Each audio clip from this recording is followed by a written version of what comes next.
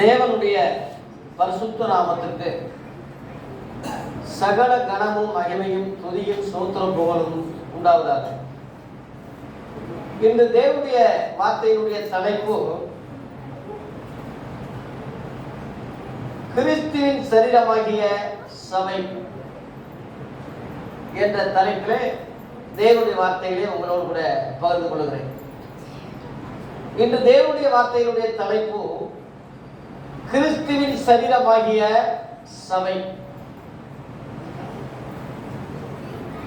இதற்கு ஆதார வசனமாக 1 கொரிந்தியர் 12 அதிகாரத்திலே 27 வசனத்தை தலைப்பாக வைத்து தேவனுடைய வார்த்தைகளை உங்களோடு கூட பகிர்ந்து கொள்கிறேன். எடுத்தவங்க வாசிங்க. நீங்களே கிறிஸ்துவின் சரீரமாயும் தனித்தனியே அவயங்களுமாயும் இருக்கிறீர்கள். கேளுங்க. கிறிஸ்துவின் சரீரமாகிய சபை என்ற தலைப்பிலே தேவனுடைய வார்த்தையினுடைய காரியங்களை உங்களோட பகிர்ந்து கொள்கிறேன்.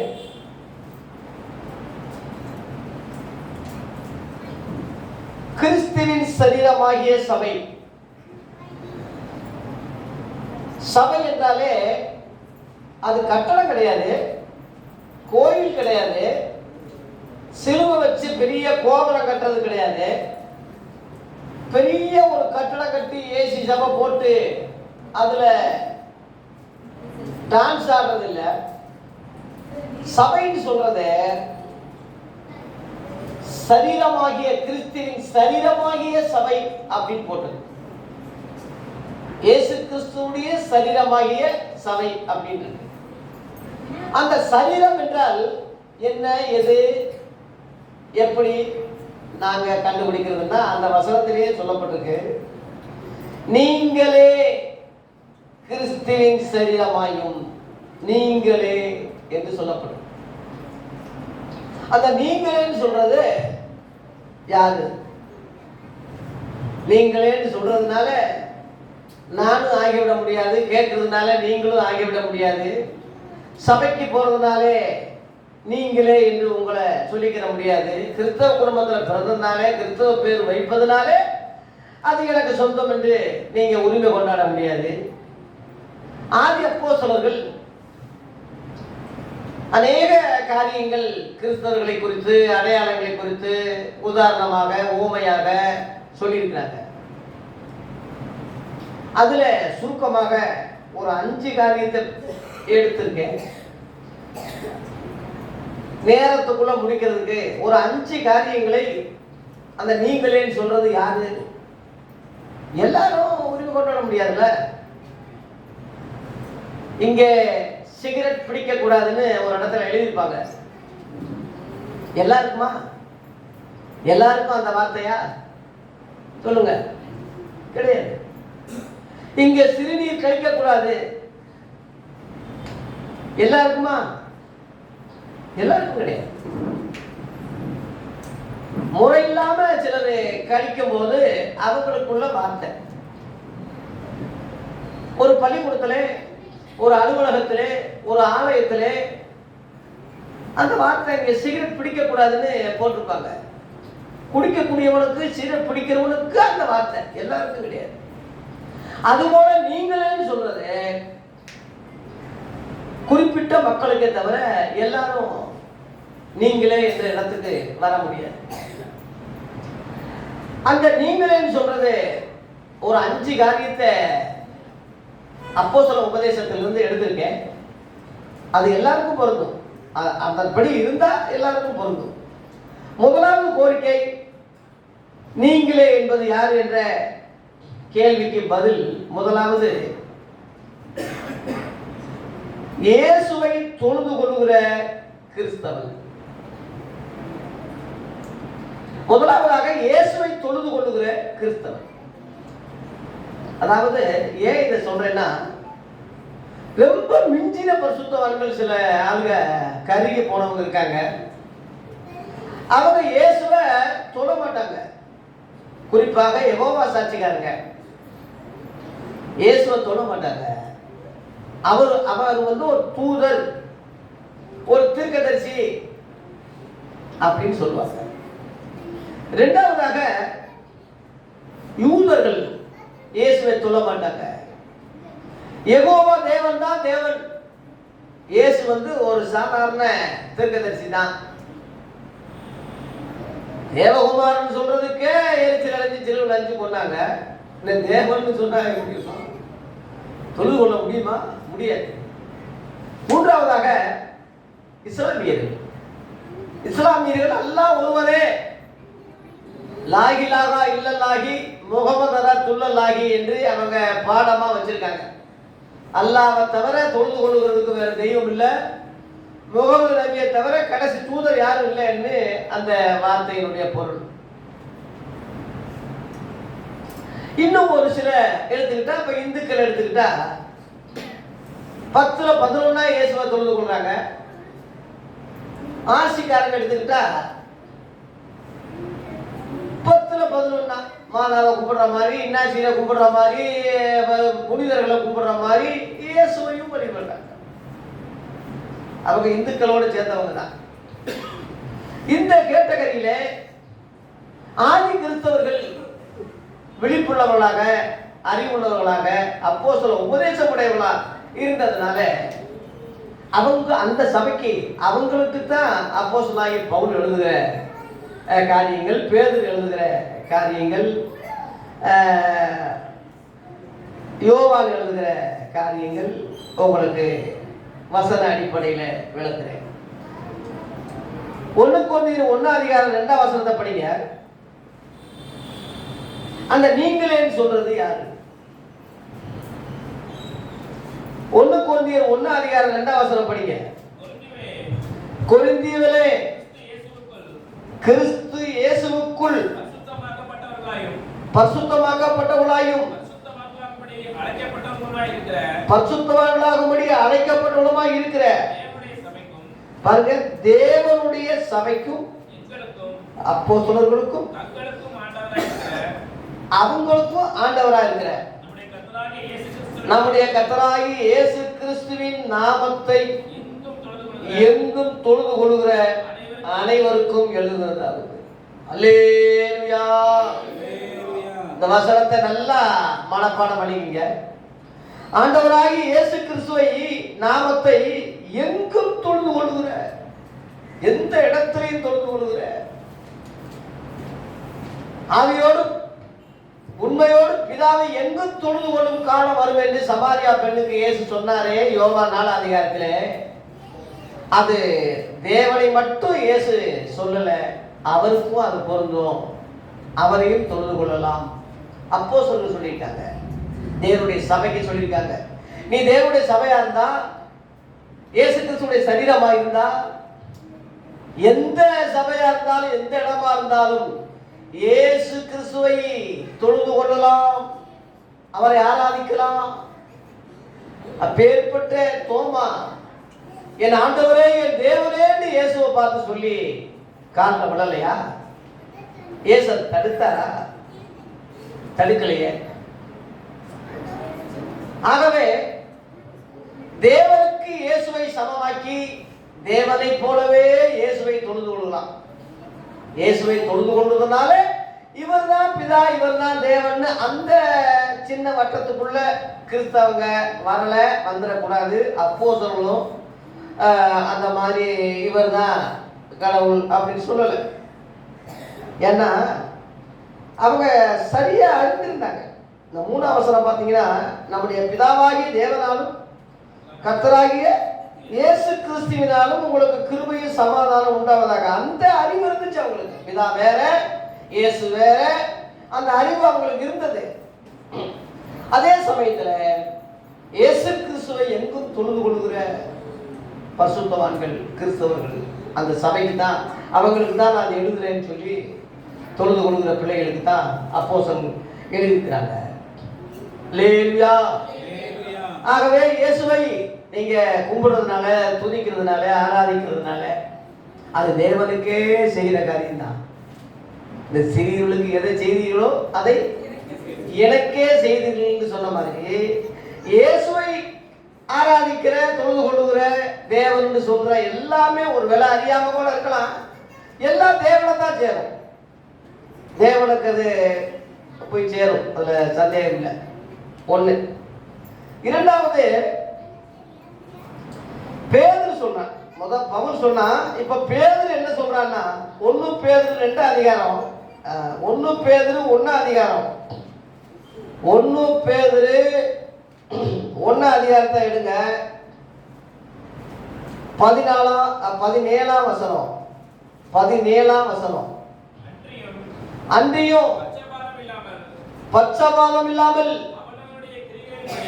அவனுடைய கிரிகளின்படி நியாயம் தீர்க்கிறவரை நீங்கள் பிதாவாக தொழுது கொண்டு அழுகிறபடியால். இங்க பேதுரு ஒரு பெரிய அப்போஸ்தலன், முதன்மையானவன், இயேசு கிறிஸ்துவாலேயே முதன்மையாக்கப்பட்ட முந்தினவன் சொல்ற நபர் தான் மத்தேயு 10ஆம் அதிகாரத்தின்படி முதல் அப்போஸ்தலன். அவன் சொல்றான், ஆண்டவராகிய இயேசு நியாயம் இருக்கிறதுனால, அவர் நியாயாதிபதியாக தேவன் வச்சதுனால அவரை என்ன செய்யலாம்? பிதாவாக தொழுது கொண்டு வருகிறபடியா. அப்ப பிதாவாக, பிதா இல்ல, பிதாவாக. இப்ப உங்களை சிலர் கடவுளாக நினைக்கிறேன், ஐயா ஆபத்துல வந்து உதவுனீங்க, உங்களை கடவுளா நினைக்கிறேன், எங்க அப்பாவா நினைக்கிறேன், எங்க அண்ணனா நினைக்கிறேன். அந்த அர்த்தம் என்ன? அண்ணன்னு அர்த்தமா, அப்பான்னு அர்த்தமா, கடவுள்னு அர்த்தமா? அந்த மாதிரி நினைக்கிறேன். அந்த மாதிரி இயேசு கிறிஸ்துவை ஆதி அப்போஸ்தலர்கள், ஆதி கிறிஸ்தவர்கள் தொழுது கொண்டாங்கன்னா தேவனாக நினைச்சு தொழுது கொண்டாங்க. தேவனாகவே இவரை நினைக்கல, தேவன் வேற என்ற ஒரு அறிவு பேதுருவுக்கு இருந்திருக்கு. இந்த பாருங்களேன், அதுல 3ஆம் வசனத்தில் 1ஆம் அதிகாரம் 3ஆம் வசனத்தில் நம்முடைய கர்த்தராகிய இயேசு கிறிஸ்துவின் பிதாவாகிய தேவனுக்கு ஸ்தோத்திரம் தனியா சொன்னாங்க. கர்த்தராகிய இயேசு கிறிஸ்துவின் பிதாவாகிய தேவனுக்கு. அதே சமயத்தில் இயேசுவை பிதாவாக தொழுது கொண்டாங்க. இந்த 3 பேர் தனித்தனின்னு பேதுருவுக்கு தெரியும். இந்த 2ஆம் வசனம் பார்த்தீங்கன்னா, பிதாவாகிய தேவனுடைய முன்னறிவின்படியே ஆவியானவரின் பரிசுத்தமாக்குதலினாலே கீழ்ப்படிதலுக்கும் இயேசு கிறிஸ்துவின் ரத்தம் தெளிக்கப்படுதலுக்கும் தெரிந்து கொள்ளப்பட்ட பரதேசிகளுக்கு எழுதுகிறதாவது, கிருபையும் சமாதானம் உங்களுக்கு பெருக கடவுது. இங்க இந்த வசனத்துல பாருங்க, பிதாவாகிய தேவன் வர்றாரு, ஆவியானவர் வர்றாரு, இயேசு கிறிஸ்து வர்றாரு. இந்த 3 நபர்கள் அங்கே சொல்லிட்டு வாழ்த்து சொல்ற அறிவு அப்போஸ்தலர்களுக்கு இருந்தது. அவங்களுக்கு தெரியாது, இயேசு சொல்லி கொடுத்திருக்காரு, தெரியும். அந்த அறிவு கிறிஸ்தவர்களுக்கும் தெரியும், அந்த ஆதி கிறிஸ்தவர்களுக்கும் தெரியும், உங்களுக்கும் தெரியணும், எனக்கும் தெரியணும். இந்த அறிவுனாலதான் ஆதி அப்போஸ்தலர்கள் ஒன்று செய்யணும். ஆதி அப்போஸ்தலர்கள் இந்த அறிவினாலதான் சபையை வளர்த்தாங்க, ஊழியங்களை செய்தாங்க, கிரியைகளை நடப்பித்தாங்க, ஆராதனைகளை நடத்தினாங்க, ஊழியங்களை செய்தாங்க. இந்த காரியம் தான். ஆகவே அப்போஸ்தலனாகிய பேதுருவுடைய புரிந்து கொள்ளுதல், அப்போஸ்தலனாகிய பவுலுடைய புரிந்து கொள்ளுதல் தான் ஆதி கிறிஸ்தவர்களுக்கு இருந்தது, நமக்கும் இருந்தால் நாம தான் கிறிஸ்துவின் சரீரமாகிய சபை என்ற அந்த நீங்களே என்ற இடத்துக்கு நம்ம வருகிறோம். இன்னும் ஒரு 2 குறிப்பு சொல்றேன். யோவான் வந்து எழுதுனா, வெளிப்படுத்துற விசேஷம் 5ஆம் அதிகாரம் 13ல அப்போஸ்தலனாகிய யோவான் தரிசனத்திலே காண்கிறான். அப்பொழுது வானத்திலும் பூமியிலும் பூமியின் கீழ் இருக்கிற சிருஷ்டிகள் யாவும் சமுத்திரத்தில் உள்ளவைகளும் அவற்றில் அடங்கிய வஸ்துக்கள் யாவும் சிங்காசனத்தில் மேல் வீற்றிருக்கிறவருக்கும், இங்க கவனிங்க, சிங்காசனத்தில் மேல் வீற்றிருக்கிறவருக்கும் ஆட்டுக்குட்டியானவருக்கும், இங்க 2 பேர் இங்க சொல்லப்பட்டிருக்கு. ஆட்டுக்குட்டியானவருக்கும் தோத்திரமும் கனமும் மகிமையும் வல்லமையும் சதா காலங்களிலும் உண்டாவதாக என்று சொல்ல கேட்டேன். அல்லேலூயா. அகில உலகம், எல்லா வஸ்துக்கள், எல்லா சிருஷ்டிகள், எல்லா படைப்புகள் சிங்காசனத்தின் மேல் வீற்றிருக்கிற தேவனுக்கும் ஆட்டுக்குட்டியான சொல்றது இயேசு கிறிஸ்துவுக்கும் கனமும் மகிமை தோத்திரம் துதி ஆராதனை எல்லாம் செலுத்துறாங்க. அல்லேலூயா. ஆகவே இதை விட அதிக குறிப்புகள் நமக்கு தேவையில்லைன்னு நினைக்கிறேன். முதலாவது பாயிண்ட், இயேசுவை தொழுது கொள்கிறவர்கள் எல்லாருமே இயேசு கிறிஸ்துடைய சரீரமாகிய சபைக்கு சொந்தமானவர்கள். அவங்க ஒரிஜினல் கிறிஸ்தவர்கள், உண்மையான தேவனுடைய பிள்ளைகள் அவங்க தான். இன்னைக்கு நாம இயேசுவை தொழுது கொள்கிறோம், நாம கிறிஸ்தவர்களா இருக்கிறோம், இயேசுவின் சரீரமா இருக்கிறோம், சபையா இருக்கிறோம். இந்த அப்போஸ்தலர் உபதேசத்துல கரெக்டா வர்றோம். உங்களை தவிர இதை செய்து கேட்டு திருத்தி கொள்கிற மாற்றி கொள்கிற தேவனுடைய பிள்ளைகளை தவிர வேறவர்கள் அந்த நீங்களே என்ற இடத்துக்கு வர முடியாது. இயேசு கிறிஸ்துவின் சரீரமாகி சபை என்ற வார்த்தைக்கு அவங்க சொந்தமாக முடியாது. அல்லேலூயா. இரண்டாவதாக, முதல் பாயிண்ட் சொல்லிட்டேன். இரண்டாவதாக, மரங்கள் உள்ளவர்களாக வருகைக்கு காத்திருக்கிறவர்களே நீங்களே என்ற நபர்கள். இரண்டாவது பாயிண்ட், வரங்கள் உள்ளவர்கள், வருகைக்கு காத்திருக்கிறவங்க. 1 கொரிந்தியர் 1:7 படிங்க. 1 கொரிந்தியர் 1:7 படிங்க. நீங்கள் யாதொரு வரத்திலும் குறைவில்லாதவர்களாய் நம்முடைய கர்த்தராகிய இயேசு கிறிஸ்து வெளிப்படுவதற்கு காத்திருக்கிறீர்கள். இந்த வசனத்தை திரும்ப படிங்க.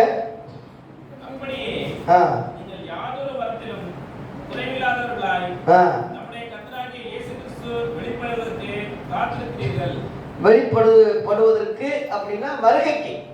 அவர் திரும்ப வரப்போறார். அவர் வருகைக்கு காத்திருக்கிற அந்த மக்கள் யாரொரு வரத்திலையும் குறைவில்லாதவர்களா இருப்பாங்க. 9 வரம் இருக்கு மொத்தம்.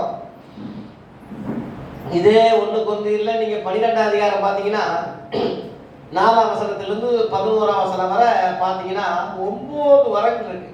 அதை படிக்கல. வரங்களிலே வித்தியாசங்கள் உண்டு. ஆவியானவர் ஒருவர் தான். ஒரே ஆவி, ஒரே இயேசு, ஒரே பிதா இருக்கிற மாதிரி ஆவியானவரும் ஒரே ஒருவர் தான். ஒரே ஆவியானவரா இருக்காரு. அந்த ஆவியானவர் கொடுக்கிற ஊழியங்கள்ல வித்தியாசங்கள் இருக்கு. கர்த்தர் ஒருவர் தான். செயல்பாடுகள்ல வித்தியாசங்கள் இருக்கான். எல்லாவற்றையும் தேவன். கவனிங்க, கர்த்தர் ஒருவரே, தேவன் ஒருவரே, ஆவியானவர் ஒருவரே. இந்த 3 பேர் தனித்தனி நபர்கள். ஒருவரே இருக்கு. அவர்கள் மூவரும் ஒருவர் அல்ல. அதை புரிஞ்சுக்கங்க. மூவர் ஒருவர் அல்ல. இப்ப நான் இருக்கேன், ஐசக் இருக்கான், ஜான் பால் இருக்கான். நாங்க 3 பேரும் 3 பேரா தான் இருக்கோம். நாங்க 3 பேரும் ஒரு நபர் அல்ல. அவங்க 2 பேர் பிறக்கிறதுக்கு முந்தி எனக்குள்ள இருந்தாங்க. அப்ப நான் ஒருவர் தான். எனக்குள்ள அவங்க இருந்தாங்க.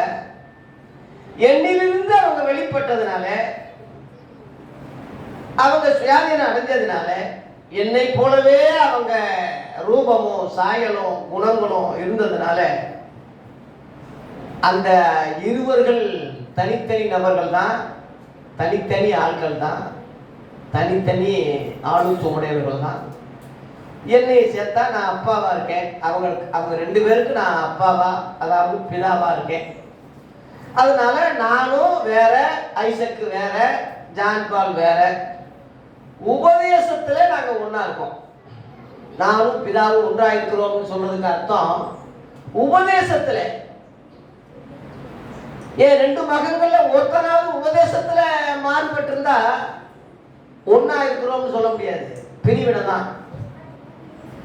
உபதேசம் ஒரே உபதேசமா ஏற்றுக்கொண்டதுனால அந்த உபதேசத்திலே நாங்க ஒண்ணா இருக்கோம். அதை புரிஞ்சுக்கங்க. ஆளுத்துவத்துல ஒண்ணும் இல்லை, நபர்ல ஒண்ணும் இல்லை, உபதேசத்துல ஒண்ணா இருக்கும். அதுக்கு ஒரு உதாரண வசனம் சொல்றேன். அப்போஸ்தலர் 4ஆம் அதிகாரத்துல நீங்க 31 வசனம் பாத்தீங்கன்னா, 4ஆம் அதிகாரம் 31 அப்போஸ்தலர்ல 4:31 பாத்தீங்கன்னா, அவர்கள் ஜெபம் பண்ணின போது அவர்கள் கூட இருந்த இடம் அசைந்தது. அவர்கள் எல்லாரும் பரிசுத்த ஆவியினால் நிரப்பப்பட்டு தேவ வசனத்தை தைரியமாய் சொன்னார்கள். அப்புறம் திரளான கூட்டத்தார், இந்த வசனத்தை நல்லா கவனிங்க. விசுவாசிகள் திரளான கூட்டத்தார்கள், ஒரே இருதயமும் ஒரே மனம் உள்ளவர்களாய் இருந்தார்கள். இருங்க. ஒரே மனம் இருக்கு, ஒரே இருதயம் இருக்கு. இப்ப நீங்க ஆஸ்பத்திரியில ஆபரேஷன் பண்ணி நம்ம இருதயத்தை பார்த்தா, ஒரு மனுஷனுக்கு எத்தனை இருதயம் இருக்கும்? ஒரே இருதயம் இருக்கும். இன்னொரு மனுஷனுக்கு வெட்டி பொழந்து பார்த்தா அவனுக்கு என்ன இருதயம் இருக்கும்? ஒரே இருதயம் தான். திரளான மக்களுக்கு ஆபரேஷன் பண்ணி எடுத்தா தனித்தனி இருதயமா தான் இருக்கும். இங்க திரளான மக்களுக்கு ஒரே இருதயம் இருக்கு. அது எழுத்தின்படியா ஆவிக்குரியபடியா? ஆவிக்குரியபடி. அந்த மாதிரி திரளான மக்களா இருந்தாலும் ஒரே இருதயம், ஒரே ஐக்கியம் இருந்த அந்த ரகசியம் என்னன்னா, ஒரே உபதேசம் இருந்தது. அப்போஸ்தலர் 2:42 பாத்தீங்கன்னா, அதுலயே அப்போஸ்தலர் 2:42 பாத்தீங்கன்னா, ஆதி சபை அந்த ஒரே உபதேசத்துல தான் இருந்தாங்க. படிங்க. அவர்கள் அப்போஸ்தலருடைய உபதேசம் போதும். எப்படி இருந்தாங்க? அப்போஸ்தலருடைய அவர்கள் சொல்றது பன்மை. அவங்க அப்போஸ்தலர் உபதேசத்துல இருந்தாங்க. அதனால அந்நியோன்யம் அது இருக்கா? அந்நியோன்யம் இருக்கா? அந்நியோன்யம்னா கூட்டாட்சி, ஐக்கியம். அப்புறம் அப்பம்பிக்குதல் நாபோஜனம். கடைசியில தான் ஜெபம் வருது. ஜெபத்திலே உறுதியாய் தரித்திருந்தார்கள்.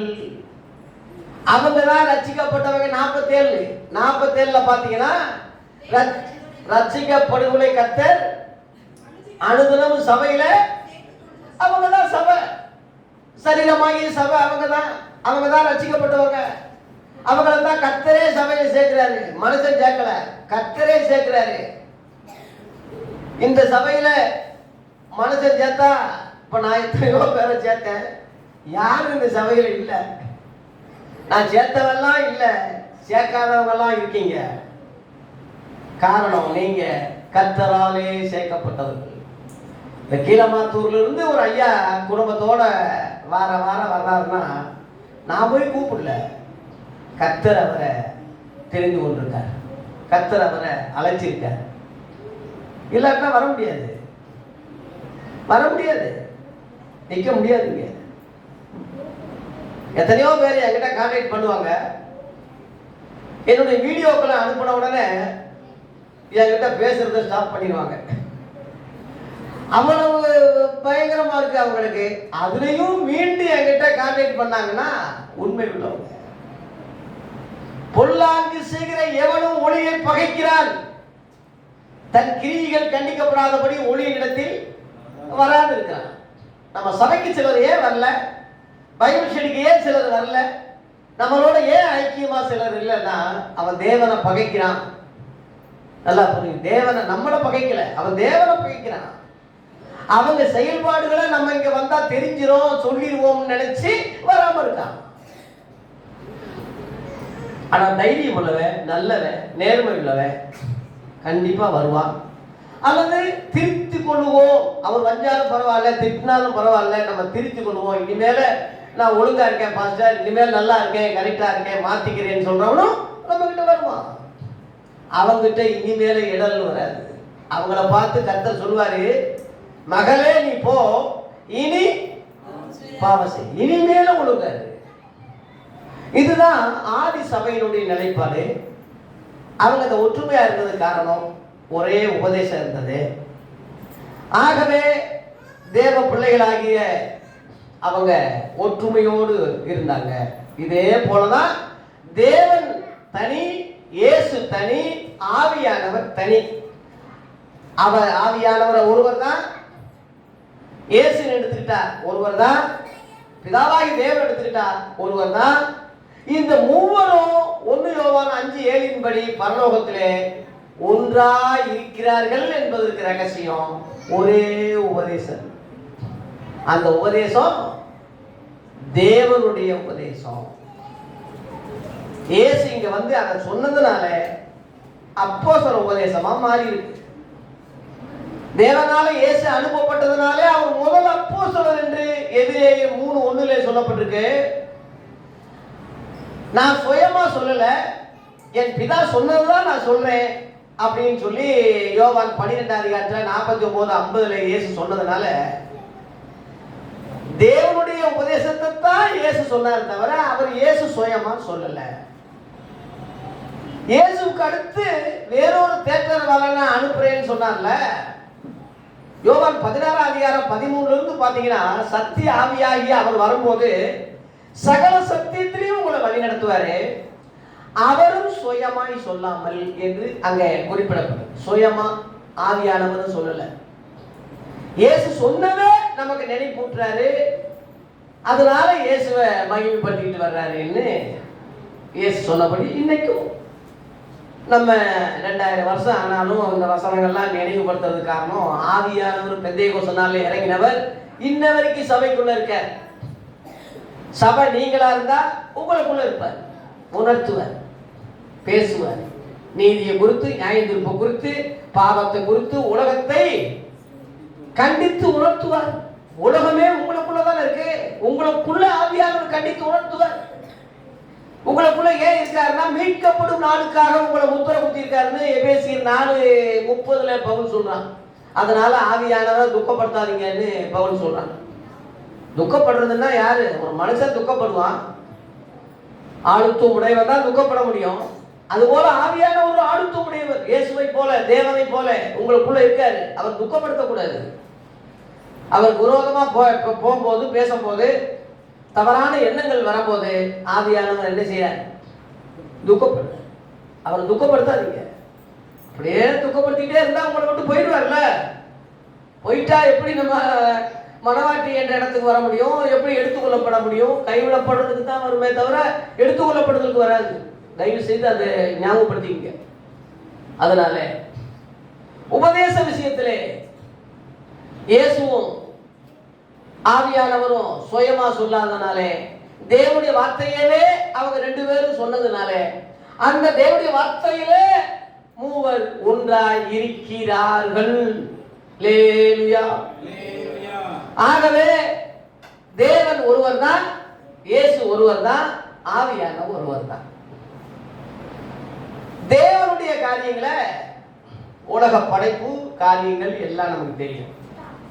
இரண்டாவது இயேசு கிறிஸ்துவுடைய காரியங்கள், அவர் தேவனிடத்தில் பெற்ற உபதேசம் நமக்கு சொன்னதுனால, தேவ சித்தம் நிறைவேற்ற சிலுவையிலே பலி ஆனதுனால, எல்லாருக்கும் பாவ மன்னிப்பை உண்டாக்குனதுனால அவருடைய காரியம் நமக்கு தெரியும். மூன்றாவதாக ஆவியானவருடைய காலம் தான் இந்த காலம். இந்த காலத்துல வரங்களை தர்றாரு விசுவாசிகளுக்கு. அதான் இங்க வாசிக்க கேட்டோம். வரங்கள்ல வித்தியாசங்கள் உண்டு, ஆவியானவர் ஒருவர். அந்த வரங்கள் எப்படி எனில், என்னென்ன வரங்கள் படிங்க.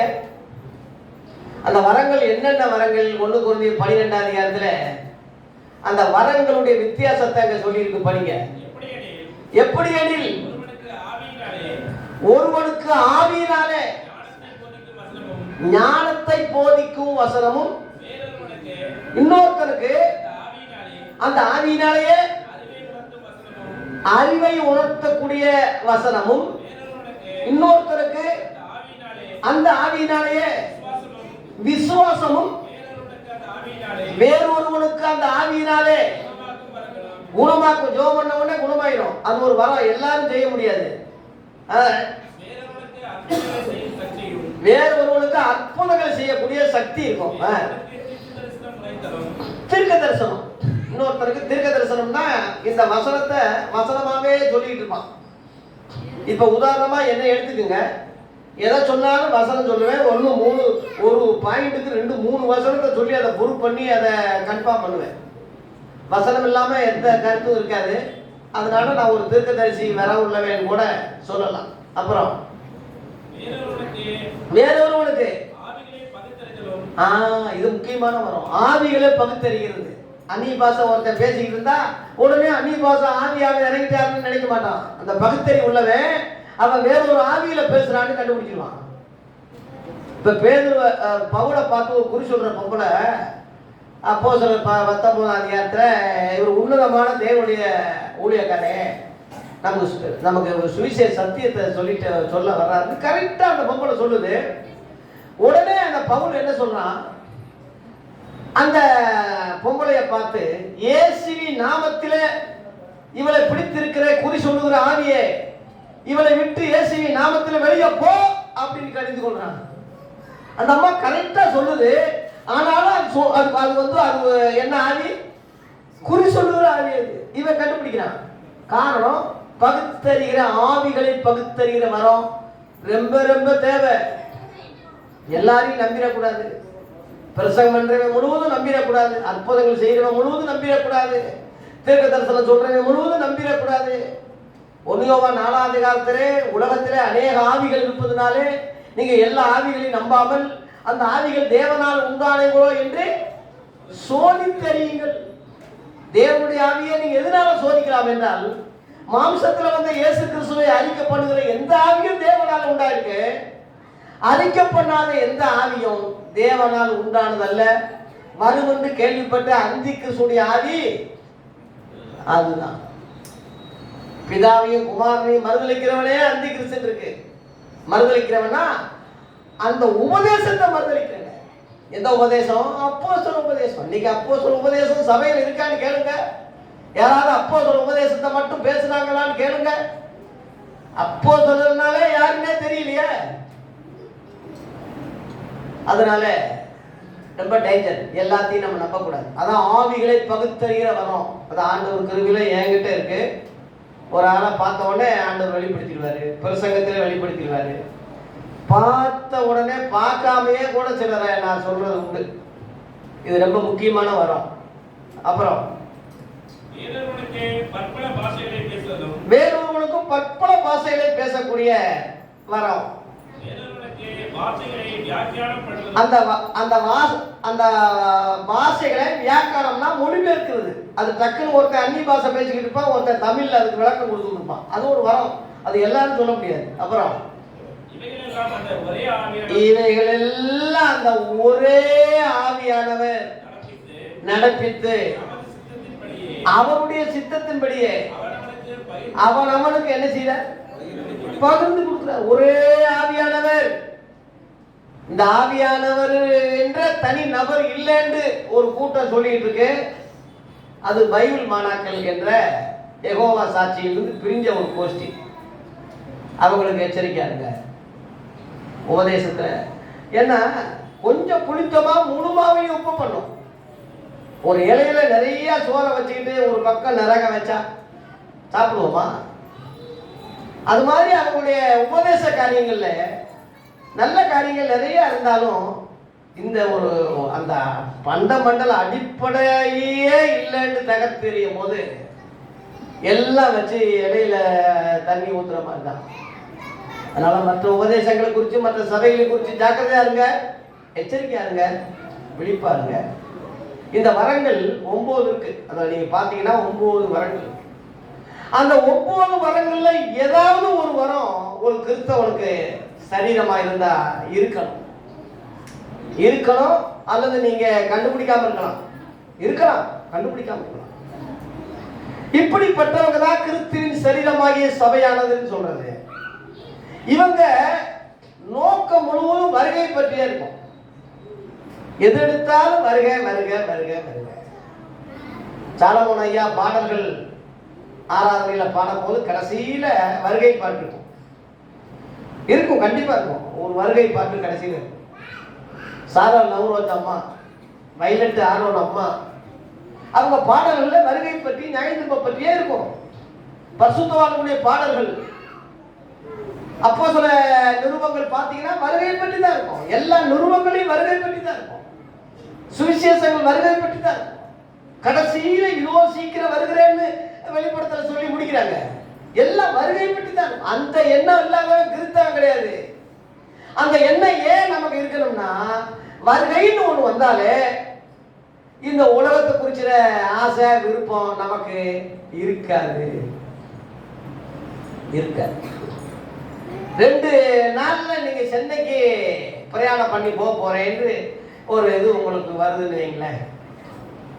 நாளை கழிச்சு நீங்க சென்னைக்கு போறீங்க, டிராவல் பண்ண போறீங்கன்னா உங்க எண்ணமெல்லாம் எப்படி இருக்கும்? அந்த சாமான் எடுக்கணும், இந்த சாமான் எடுக்கணும், அந்த துணி வைக்கணும், இந்த இதை எடுக்கணும், இந்த கட்டுச்சோறு கட்டிட்டு போகணும். உங்க எண்ணம் முழுவதும் அந்த பிரயாணத்துக்குரியவர்களை தான் நினைச்சுக்கிட்டு இருக்கணுமே தவிர மற்றதெல்லாம் உங்களுக்கு வந்து 2வது தான். பிரயாணம் போறதுக்கு என்ன ஆயத்தம், என்ன ரெடி பண்ணணும், அதுதான் உங்க கவனமெல்லாம் இருக்குமே தவிர வேற இருக்க. அதுபோல வருகை பற்றிய சிந்தனை உள்ள கிறிஸ்தவன் மேலானவர்களை தான் யோசிப்பான், மேலானவர்களை தான் சிந்திப்பான். முதலாவது தேவனுடைய ராஜ்யத்தின் நீதியும் தான் சிந்திப்பான். அவருடைய குடியிருப்பு பரலோகம்னு தான் நினைப்பான். வருகையில நம்ம குற்றமற்றவரா நிக்கணும்னு நினைப்பான். ஞாயிற்று நாள்ல நம்ம வந்து தள்ளாதபடி ஜாக்கிரதையா இருக்குன்னு நினைப்பான். அவன் என்ன முழுவதும் அவனே ரெடி பண்ணிக்குவான். இன்னொருத்தன் சொல்றது 2வது, அவன் ஆயுதப்படுத்திக்குவான். வருகை சிந்தை உள்ளவே இங்க போட்டிருக்கு. அந்த நீங்களே என்ற இடத்துல 2வது பாயிண்ட், வருகைக்குரிய சிந்தனை உள்ளவனா இருப்பான், வரங்கள் உள்ளவனா இருப்பான். உங்ககிட்ட பாட்டு வரம் இருக்கு. இப்ப சகாயா சகோதரி கிட்ட நல்லா பாட்டு பாடுறாங்க, அது ஒரு வரம். சில டக்கு டக்கு டக்கு டக்குன்னு எடுத்து படிப்பாங்க வசனம். இப்ப நம்ம அபியெல்லாம் டக்கு டக்குன்னு எடுத்து படிப்பாங்க. அதே மாதிரி நம்ம பிரேம் மனைவி டக்கு டக்குன்னு எடுத்து படிப்பாங்க. சிவகுமார் எடுத்து படிப்பாரு. அதே மாதிரி நம்ம விசுவாசிக நிறைய பேர் இருக்காங்க. அதெல்லாம் ஒரு வரம் தான். எல்லாரும் அப்படி எடுத்து படிக்க முடியாது. மனப்பாடமா சொல்லுவாங்க சிலர். அதெல்லாம் ஒரு வரம். ஜெபிக்கிறது ஒரு வரம். சுவிசேஷம் சொல்லாம அவங்களால இருக்க முடியாது, அது ஒரு வரம். ஆத்மாவாய் செஞ்சுக்கிட்டே இருப்பான், அது ஒரு வரம். சிரமங்கள் இருந்தாலும் கூட இப்ப இந்த நம்ம சாலமோன் ஐயா ஒரு ஐயாவை கூட்டி வந்திருக்காருன்னா அந்த ஆத்மா ஆதாயம் தான். அந்த அந்த பாரம் இருக்கிறதுனால அந்த சிரமம் தெரியாது. சிரமம் இருக்கும். ஒரு பெரிய நபரை கூட்டிட்டு ஒரு வண்டியில பேலன்ஸ் பண்ணி கூட்டி வர்றது சிரமம் தான். அந்த சிரமமா தெரியாத காரணம் வரம். அது ஒரு ஆத்மா ஆதாய வரம். லேலுயா. அந்த மாதிரி ஒவ்வொருவருக்கும் பகிர்ந்து கொடுக்குறாரு. ஒரே ஆளுக்கு மொத்தமா இருக்காது. உங்க வரத்தை கண்டுபிடிங்க. உங்ககிட்ட நீங்க உண்மையிலே கிறிஸ்தவனா இருந்தா, நீ ரசிக்கப்பட்டவனா இருந்தா, உனக்கு ஒரு வரம் இருக்கு. இப்ப ஜான் பாலுக்கு நிறைய வரம் இருக்கு. பகுத்தறிகிற வரம் இருக்கு. கம்ப்யூட்டர் இதுல நவீன காலமா இருந்தாலும் கூட அதுல ஞானமா கடவுளுடைய நாமத்தை மகிமைப்படுத்துற மாதிரி நிறைய விஷயங்கள் இருக்கு இல்லையா? அது எல்லாருக்கும் விளங்காது, புரியாது. அது ஒரு வரம் தான். எல்லாருக்கும் அது வராது. அது ஒரு வரம். வரம் உள்ளவே டக்கு டக்குன்னு கிளிக் பண்ணிக்குவோம். அது கர்த்தருக்காக பயன்பட்டால் நல்லது. உலக மக்கள் உலகத்துக்காக பயன்படுத்துறாங்க. உலகத்துல எத்தனையோ திறமசாலிகள் இருக்காங்க இல்லையா? கடவுள் அவங்களுக்கு கொடுத்த தாளந்து தான். அதை உலகத்துக்காக செலவு பண்றாங்க. அதனால அது வேஸ்ட் ஆகுது. உலகமும் அந்த ஆசை இச்சையும் ஒளிந்து போகும் இருக்குல்ல, அந்த தாளந்தும் ஒளிந்து போகும்.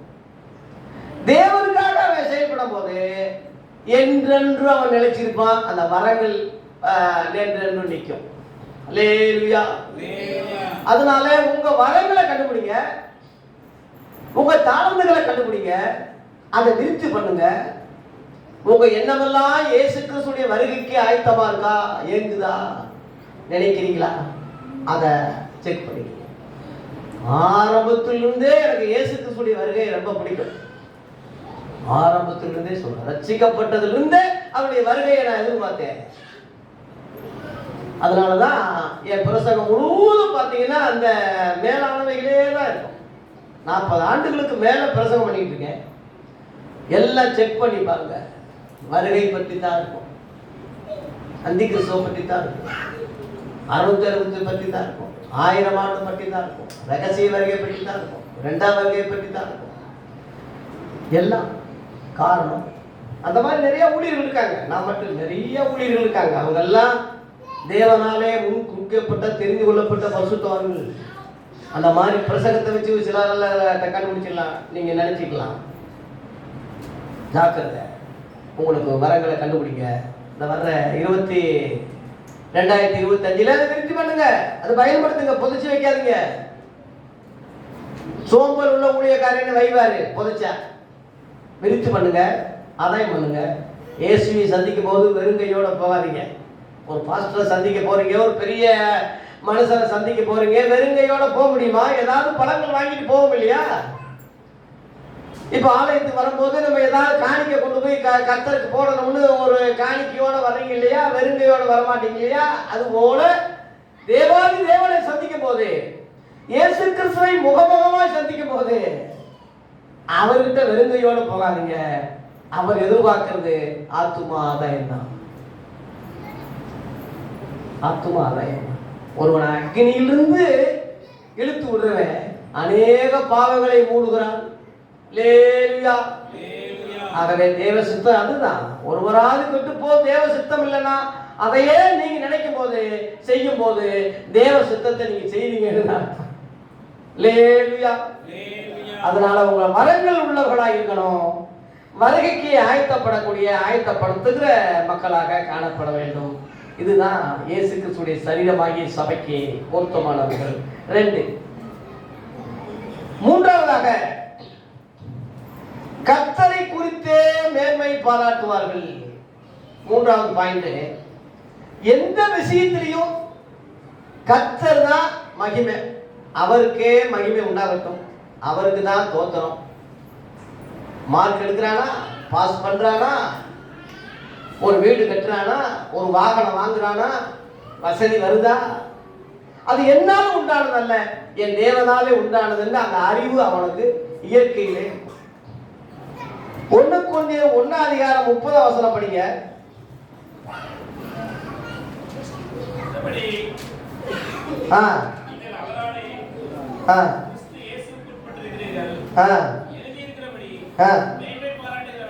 மேன்மை பாராட்டுகிறவன் கர்த்தரை குறித்து இல்ல, அந்த தேவ கர்த்தரை குறித்தே மேன்மை பாராட்டத்தக்கதாக. அப்படி அவரே தேவனால் நமக்கு ஞானமும் நீதியும் பரிசுத்தமும் மீட்புமான. ஏன் அப்படின்னா 4 காரியம் இருக்கு. ஞானம், நீதி, பரிசுத்தம், மீட்பு எல்லாமே அவரே. அதனால அவருக்கே மகிமை. நல்லா சம்பாதிக்கிறீங்களா, அவருக்கே மகிமை. ஆமா, அதனால என்னுடைய லெட்டர்ஸ் எல்லாம் பாத்தீங்கன்னா தேவனுக்கே மகிமைன்னு எழுதுவேன். என்னுடைய லெட்டர்ஸ்ல தேவனுக்கே மகிமை எழுதிட்டு அப்புறம் தான் எழுதுறது. தேவனுக்கே மகிமைன்னு ஒரு ஊழியருக்கு தீக்கிறது இல்லை. அந்த ஊழியர் ரொம்ப சிறப்பா இருக்கு. அவர் கிராமங்கள்ல ஊழியம் செய்வார். அந்த பிரதரு அவர் இறந்துட்டாரு. இன்னைக்கு அவர் மகன் இந்த சபையை வச்சு நடத்திட்டு இருக்காரு. ரொம்ப அருமையான சபையா இருக்கு, நல்ல அருமையா இருக்கு. மாடியில இருக்க அந்த சபை ரொம்ப அருமையா இருக்கு. இந்த தேவனுக்கே மகிமை என்ற வார்த்தை, இன்னைக்கு சிபிஎம் சபை வளர்ந்தது காரணம் அந்த வார்த்தையை கனப்படுத்துவாங்க. தேவனுக்கே மகிமைன்னு போடுவாங்க, தேவ கிருபை அப்படின்னு போடுவாங்க. தேவனை உயர்த்துகிற எந்த மனுஷனிடத்திலையும் இயேசு வந்து அங்க இறங்குவார். அல்லேலூயா. ஆகவே தேவனுக்கு மகிமை செலுத்துங்க. வருமானம் வருதா, கர்த்தருக்கு மகிமை செலுத்துங்க. ஒரு மாசம் சம்பளம் வாங்குறீங்களா, கர்த்தரை மகிமை செலுத்துங்க. எப்படி மகிமை செலுத்துறது? வாயினால் அல்ல, கிரியையினாலும் அன்பு பாராட்ட கடவுள். வாயிலேயே விட சொல்லக்கூடாது. கிரியைன்னா என்ன?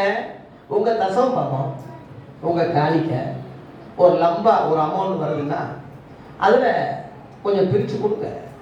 இந்த கிறிஸ்துமஸ் நாட்கள்ல ஊழியக்காரையும் பாவம் என்ன செய்யலாம், அவங்க என்ன வெளிநாட்டு உதவி சம்பளம், நம்ம சபையில வானம் பார்த்த பூமி தானே. அப்ப நீங்க சம்பாதிக்கிறீங்க, வருமானம் வருது, துணிமணி வாங்குறீங்க, எல்லா விசேஷங்கள் செய்றீங்க.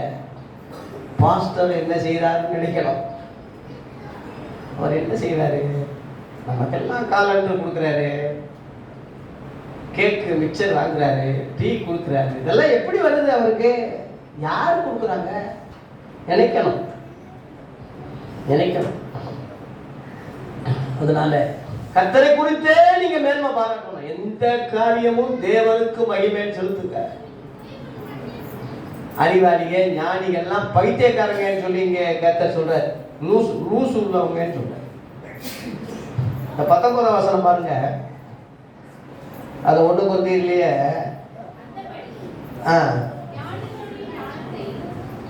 ஞானிகளுடைய ஞானத்தை அழித்து பாருங்க. ஞானிகளை ஞானத்தை அழிக்கிறாரமே. புத்திசாலிய புத்திய அவமாக்குவேன்னு சொல்றாரு. அதனால புத்திசாலிய புத்திய குறிச்சு ஞானத்தை குறிச்சு மேன்மை பாராட்டக்கூடாது. சங்கீதம் 20:7 போட்டிருக்கு. சில ரதங்களை குறித்து மேன்மை பாராட்டுறாங்க, சிலர் குதிரைகளை குறித்து மேன்மை பாராட்டுறாங்க. நாங்களோ எங்கள் தேவனாகிய கர்த்தரை குறித்து மேன்மை பாராட்டுவோம். அவங்க முறிந்து விழுந்தாங்க, அந்த மாதிரி மேன்மை பாராட்டுறேன். நாங்களோ எழுந்து நிமிர்ந்து நிற்கிறோம். அல்லேலூயா. ரதங்கள்லாம் சபைகளை குறிக்கும், குதிரைகள்லாம் ஊழியக்காரங்க, அதை நடத்தி செல்கிற ஊழியக்காரங்களை குறிக்கும். அவங்களை குறித்து என்னைக்குமே தயவு செய்து மேன்மை பாராட்டாதீங்க. சபையை குறிச்சுன்னா எங்க சபையில 10,000 பேர் வர்றாங்க, எங்க சபை உலகம் முழுவதும் பணக்காரங்களா இருக்காங்க, எங்க சபை ஏசி போட்டிருக்கு, ஃபுல்லா ஏசி, மக்களுக்கெல்லாம் ஓசி. சபையை குறிச்சு கட்டடத்தை குறிச்சு மேன்மை பாராட்டிட்டு இருப்பான். சிலர் குதிரைகள்லாம் ஊழியக்காரன். எங்க பாஸ்டர் அப்படி, எங்க பாஸ்டர் மாதிரி பேச முடியுமா, எங்க பாஸ்டர் இப்படி, அவர்தான் தலைவர், அவர்தான் பவுண்டர், அவர்தான் பெரிய இவர்னு சொல்லிட்டு இருப்பாங்க. அவங்கெல்லாம் முட்டாப்பாங்க, முறிந்து விழுவாங்கன்னு இருக்குல்ல. ரசிகர் பட்டாளம் ஊழியர்களுக்கு இருக்கக்கூடாது, தயவு செய்து நினைச்சுக்கங்க. இன்னைக்கு உள்ள கிறிஸ்தவ முழுவதும் ரசிகர் பட்டாளம் இருக்காங்க. பெர்க்மன் ஐயானா அவருக்கு ஒரு ரசிகர் பட்டாளம், ஜான் ஜெபராஜா ரசிகர் பட்டாளம், மோகன் சில்லாசர் சா அவருக்கு ஒரு ரசிகர் பட்டாளம், டிஜி தினகரனா அவருக்கு ஒரு ரசிகர் பட்டாளம். வெட்கக்கேடு, வேதனையான காரியம். அப்படிப்பட்ட முறிந்து விடுவான். அவன் தலைவர் முறிஞ்சு விழுந்துருவான், இவனும் விழுந்துருவான். ஆனா கர்த்தரை குறித்து மேன்மை பாராட்டுறேன், அவர் முறிந்து விடுவாரா? அதனால இவங்களும் முறிஞ்சு விட மாட்டாங்க, ஸ்ட்ராங்கா நிற்பாங்க. அல்லேலூயா. அதனால ஊழியக்காரங்களை மேன்மை பாராட்டாதீங்க. நாசியிலே சுவாசம் உள்ள மனசுல நம்பப்படுவதற்கு அவன் ஏமாத்திரம். நாளைக்கு மாத்திடுவான். இன்னைக்கு ஒண்ணு பேசுவான், நாளைக்கு ஒண்ணு பேசுவான், அப்புறம் ஒண்ணு பேசுவான். மாரநாதா சபையில காரிஸ்னு ஒரு பாஸ்டரு, நல்ல அருமையான ஊழியக்காரரு, நல்ல சபை, இயேசுவி நாமம், இனிஞான நாமம், இணையில்லா நாமம், இன்னும் சொந்தமா ஏற்றனவது, ஃபேமஸ் ஆயிடுச்சு அந்த பாட்டு. கடைசியில செழிப்பு உபதேசம்னு யாரோ சொல்லி கொடுத்து வெளிநாட்டுல இருந்து பணம் வந்ததுனால செழிப்பு உபதேசம் சொல்லி மாத்தி மானக்குளத்துல தனியா பிரிச்சு சபையை அப்படியே, அந்த சபையை அப்படியே பிரிச்சுட்டு போய் அப்படியே செழிப்பு உபதேசம் இருக்கு. அதனால இப்ப ஜான் ஜெபராஜ் சொல்ற ஒரு பாட்டு டான்ஸ் குத்துனவர் ஆடுறவர் ஆளே அட்ரஸ் இல்லையா, சபை மூடி இருக்கான். சபையே இல்லையா, மூடிச்சா, எங்கிட்டு போனான்னு தெரியலையா, தேடிட்டு இருக்காங்க. அதே மாதிரி பாலாசலாரி இப்ப அவர் செத்து போய் இப்ப கல்லறையில் இருக்காரு. எல்லாரும் எழுதுவான்னு சொல்லிட்டு இருக்காங்க. ஏன்னா நான் தான் இயேசுன்னு கடைசியில சொல்லிட்டார். இயேசு உயிர் தெரிந்த மாதிரி வந்துருவாருன்னு ஒரு முட்டா பையன் ஒரு கூட்டம் இப்போ வரைக்கும் பார்த்துட்டு தான் இருக்காங்க. திருநெல்வேலி முக்கூடல் அந்த ஆலாங்குளம் போற ரோட்ல இத மாதிரி நிறைய சொல்லலாம். தயவு செய்து மனசை மேன்மை பாராட்டு. டான் மிஷிக் எப்படி சொல்லியிருக்காரு, ஆபிரகாம் லிங்கம் அப்படி சொல்லியிருக்காரு, ஜாலி ஆபிரகாம் அப்புறம் இப்படி பாடுறாரு. யாரையுமே மேன்மை பாராட்டாதீங்க, யாரையுமே தயவு செய்து ரசிகராகாதீங்க. மனுஷன் மனுஷன், அதுக்காக அவனை குறை சொல்லலை, அவனை வைய சொல்லலை, அவனை பகைக்க சொல்லலை. அவங்க ஒரு சகோதரர், நம்மை போல ஒரு சகோதரர்கள் தான். எல்லாரும் உசுப்பேற்றுறதுனாலதான் அவன் கெட்டு போனான். உசுப்பாத்தி என்னை கெடுத்துட்டாங்கன்னு சொல்றானே அவன். அதனால தயவு செய்து மனுஷன் அவ்வளவுதான், மனுஷன் தான். ரோமர் 3ஆம் அதிகாரத்தில் பவுல் சொல்றான், தேவனே சத்தியபரர் என்றும் எந்த மனுஷனும் பொய்யர் என்று சொல்வோமாக. ஏன் பவுல் அவ்வளவா? எந்த மனுஷனும் பொய்ய. ஆமா, அதனால ஆட்களுக்கு விழா கொண்டாடுறதோ, நினைவு நாளை கொண்டாடி போற்றுவதோ வேண்டாம். உலகம் செய்யறாங்க, உலக மக்கள் செய்யறாங்க. கிறிஸ்தவர்கள் இயேசுவை பற்றியே மேன்மை பாராட்டுங்க. ஏன்னா அவர் நேற்றும் இன்றும் என்றும் மாறாதவரா இருக்காரு. மனுஷன் மாறிடுவான், செத்துருவான், புதைஞ்சு போனா ஒண்ணும் இல்லாம போயிடுவான். இவனுக்கு நீ ரசிகராகி என்ன செய்ய? இவனை மேன்மை பாராட்டி என்ன செய்ய? உன் புத்தி அந்த அவனைதான் இருக்கு, உன் புத்தி. தயவு செய்து இயேசுவை மட்டும் ஜூம் பண்ணி காட்டுங்க. இன்னைக்கு ஏன் எழுப்புதல் இல்லைன்னா, அவவே சபை, அந்தந்த சபை அவவே தலைவருடைய பின்னாடி போறான். அந்த தலைவர் சில கொள்கைகளை வச்சிருப்பான், எழுதி கொடுத்துருப்பான் சபையில. அதை மேன்மை பாராட்டி அதை சொல்லிக்கிட்டு வச்சுக்கிட்டு இப்படியே தான் அவன் கதையை ஓடுது. இயேசு எல்லாம் 2வது தான். அதனாலதான் எழுப்புதல் வரல. 2வது இடத்தை இயேசு என்னைக்குமே பெற மாட்டார். 2வது இடத்தை இயேசு கொடுக்காதீங்க. அதுவே அயோக்கியத்தனமானது. மனுஷனை முதமப்படுத்தி இயேசுவை 2வது படுத்துறதா? இது என்ன நியாயம்? தகப்பனையாவது, தாயையாவது, மனைவியாவது, மகளையாவது, பிள்ளைகளாவது என்னிலும் அதிகமா நேசிக்கிறவன் எனக்கு பார்த்துறன்னு சொல்லிட்டாரே. தன் ஜீவனை விட இயேசுவை நீ நேசி, உன் உயிரை விட இயேசுவை நேசி, அன்பு செலுத்து, மேன்மை பாராட்டு. எந்த நிலைமையிலையும் எனக்குள்ள மகிமை முழுவதும் என் தேவனுக்கே, என் வீடு என் தேவனுக்கே, என்னுடைய பணம் தேவனுக்கே, என் படிப்பு தேவனுக்கே, என் தாழ்வு என் தேவனுக்கே, என்னுடைய ஆவி ஆத்மா சரீரம் முழுவதும் என் தேவனுக்கே என்று நீங்க சொல்லி பாருங்களேன். அந்த சொல்லும் போதே உங்களுக்கு ஒரு மகிழ்ச்சி உண்டாகும். 2வது மனசுல வச்சுக்கோங்க.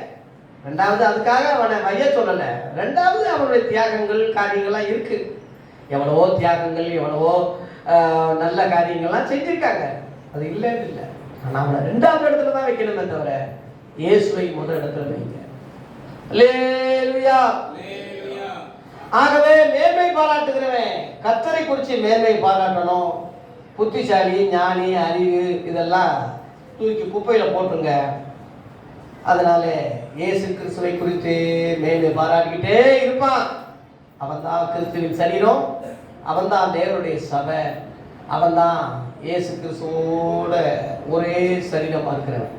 அல்லேலூயா. 3வது சொல்லிட்டேன். 4வதாக தேவனுடைய ஆலயமாக இருப்பார்கள். அவங்க என்னைக்குமே தேவனுக்கு அவங்க ஆலயமா இருப்பாங்க. 1 கொரிந்தியர் 3ஆம் அதிகாரத்தில் நம்ம எல்லாருக்கும் தெரிஞ்ச வசனம். 1 கொரிந்தியர் 3ஆம் அதிகாரத்திலே 16-17 படிங்க. நீங்கள் தேவனுடைய ஆலயமா இருக்கிறீர்கள் என்றும் தேவனுடைய ஆவி உங்களில் வாசமா இருக்கிறார் என்றும் அங்க கிறிஸ்தவங்களுக்கே தெரியல. அறியாது இருக்கிறீங்களா? கேள்விக்குறி. தெரியாமலையா இருக்கீங்க? ஒருவன் தேவனுடைய ஆலயத்தை கெடுத்தால் அவனை தேவன் கெடுப்பார். தேவனுடைய ஆலயம் பரிசுத்தமா இருக்கிறது, நீங்களே அந்த ஆலயம். அதனால நீங்களே கிறிஸ்துவின் சரீரமாயும் தனித்தனி அவைகளுமாயும் இருக்கிறீர்கள் என்ற அந்த கிறிஸ்துவின் சரீரமாகிய சபை என்ற அந்த தலைப்பில் நீங்களே சொல்றது யாருன்னா, நீங்க ஆலயமா இருக்கீங்க. அல்லேலூயா. தேவனுடைய ஆலயம் பரிசுத்தமா இருக்கு. இப்ப எந்த கோயிலும் பாருங்க, வெளிப்படையா சொல்றேன், கோயிலை சுத்தமா வைக்க நினைப்பாங்க, கூட்டுவாங்க, வாரம் வாரம் கூட்டுவாங்க, எல்லாம் இது பண்ணுவாங்க, லைட்டை போடுவாங்க, கோயில் வீடை விட கோயில் நல்லா இருக்குன்னு நினைப்பாங்க. உலக மக்கள் பார்த்தீங்கன்னா கோடி கோடியா கோயிலுக்கு கொட்டி கொடுக்குறான். ஒரு கோயில் சேதமாயிட்டா டக்குன்னு அது உடனே இது பண்ணிடுவாங்க. இப்போ மீனாட்சி கோயில் சுவரு அந்த கோபுரத்தில் ஏதாவது ஒன்று கோளாறு ஆயிட்டா உடனே கோடிக்கணக்கில் கொட்டுறதுக்கு ஆள் இருக்கு. ஏன்னா அவங்க ஆலயத்தை விரும்புறாங்க. தேவாலயம் நல்லா இருக்கணும், பரிசுத்தமா இருக்கணும், அது தூய்மைப்படுத்தக்கூடாது, பட்டியலின மக்களை உள்ள விடக்கூடாது, சூத்திரர்களை உள்ள விடக்கூடாது, பிராமணி செய்கிற காரியம். ஏன்னா அது அவ்வளவு பரிசுத்தமா இருக்கான்.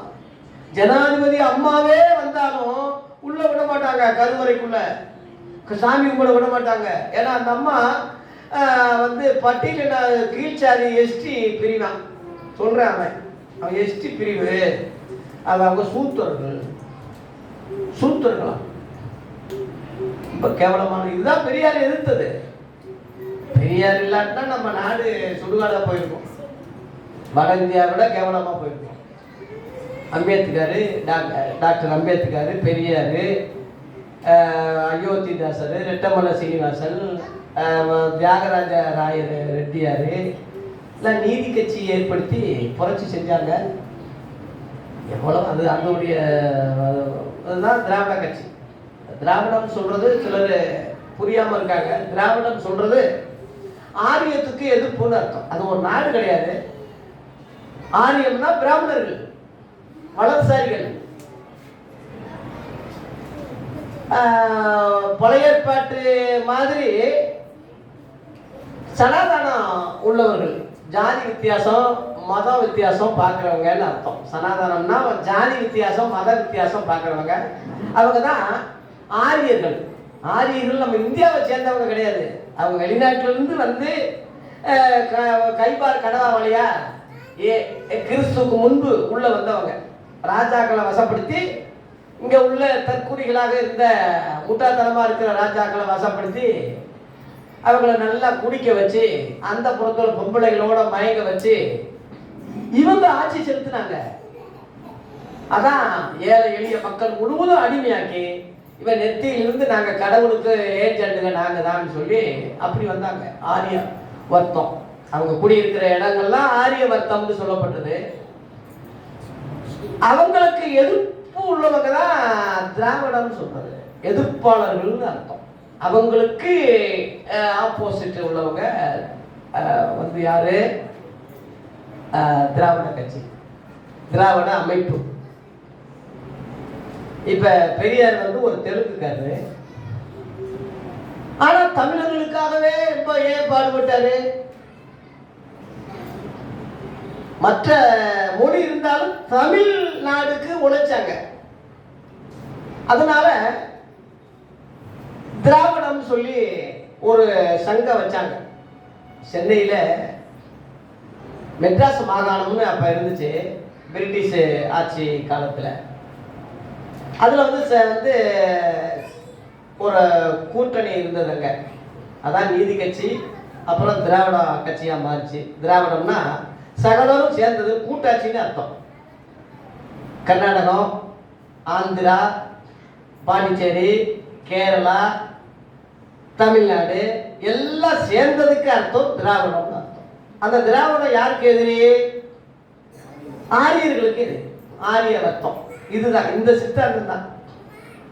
அதுதான் தொடர்ந்து திராவிட கழகம், திராவிட முன்னேற்ற கழகம், அண்ணா திராவிட முன்னேற்ற கழகம் அளவுல இப்ப திராவிடமாவே வர்றது காரணம் அந்த அர்த்தம் தான்.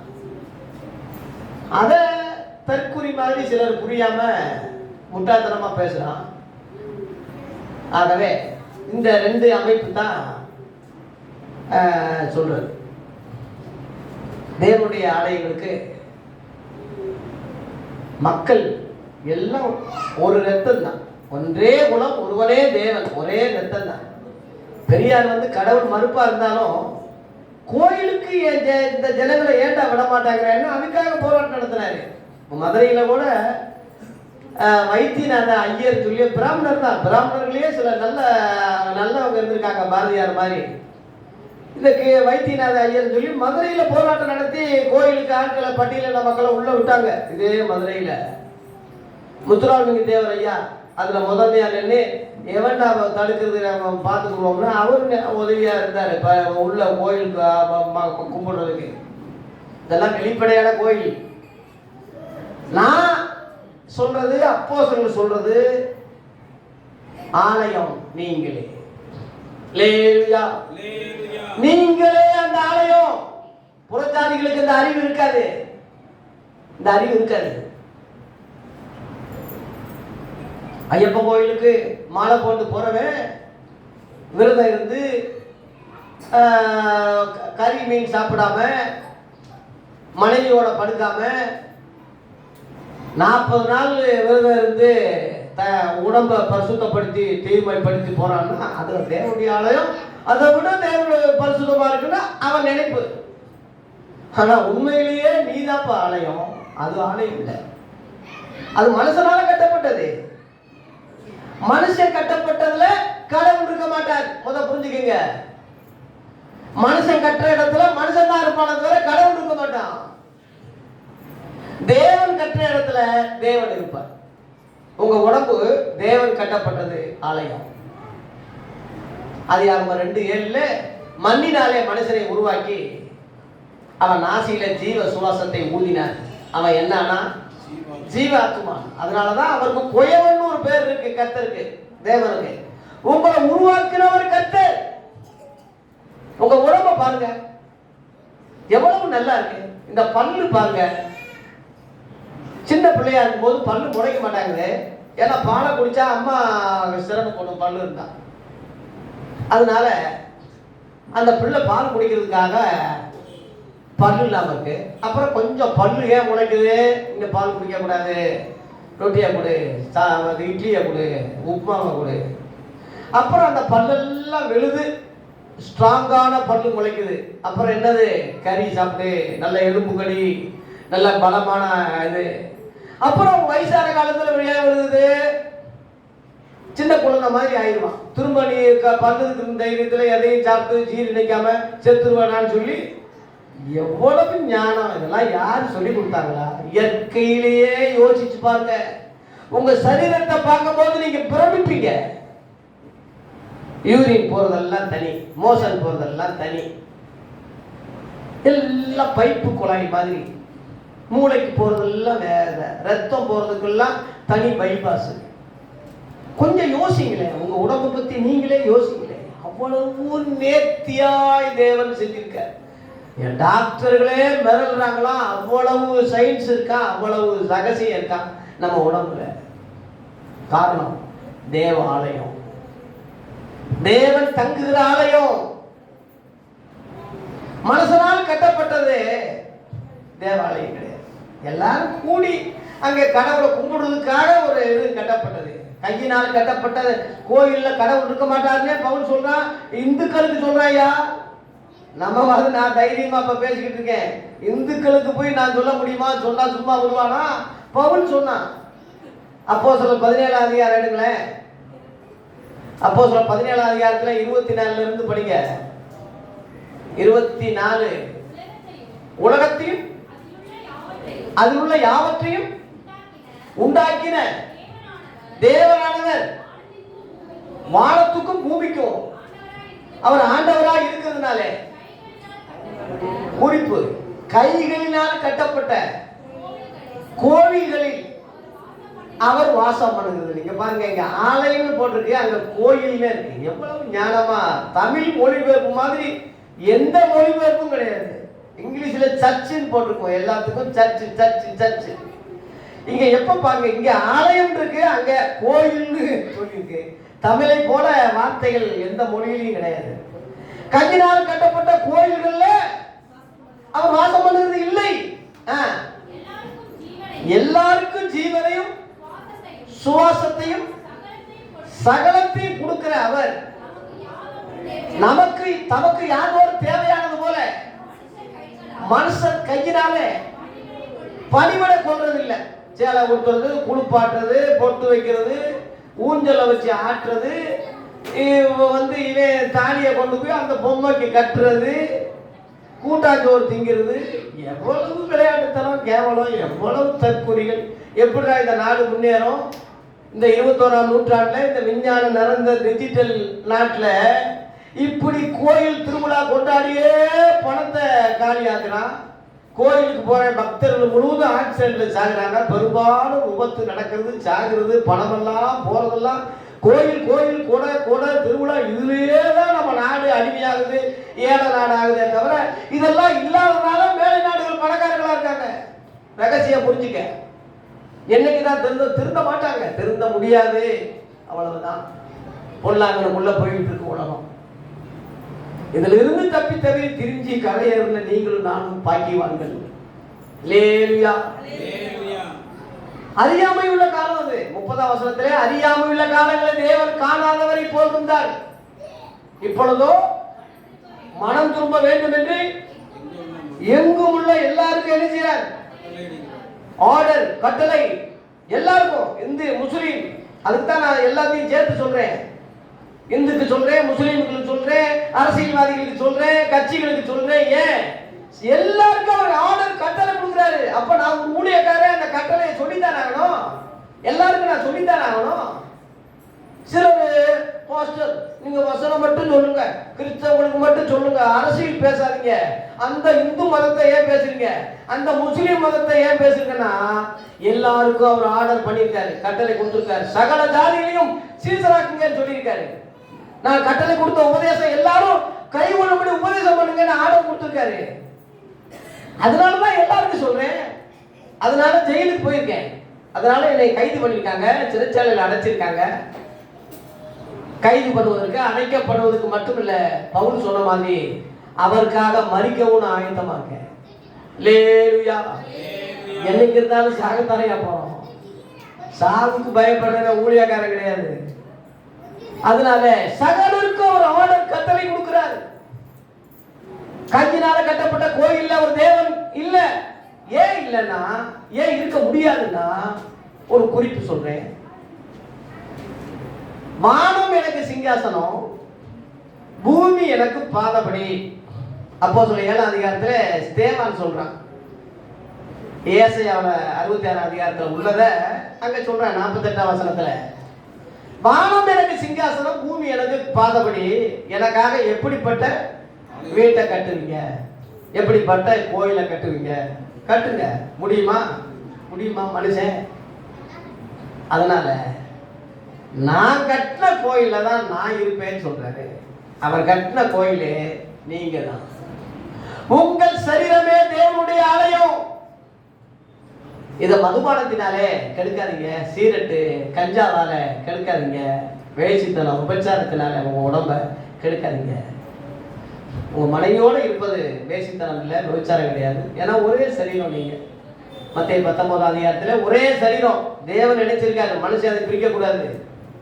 மனைவியோடு இருப்பது பாவமோ தப்போ கிடையாது, கிடையாது. ஒரே சரீரம். இதுல என்ன தப்பு? ஸ்திரீகளால் குறைபடாதவர்கள் நாங்களேன்னு சிபிஎம் சபை சொல்றாங்க. அது பிசாசிகள் உபதேசம். 1 தீமோத்தேயு 4ஆம் அதிகாரத்துல பவுல் சொல்றான். பிசாசிகள் உபதேசம். விவாகம் பண்ணக்கூடாது, ஸ்திரீகளை தொடக்கூடாது. அது ஸ்திரீகள் என்பது பொம்பளைங்க என்ன அர்த்தம்? மனைவி என்பது வேற, ஸ்திரீ என்பது வேற.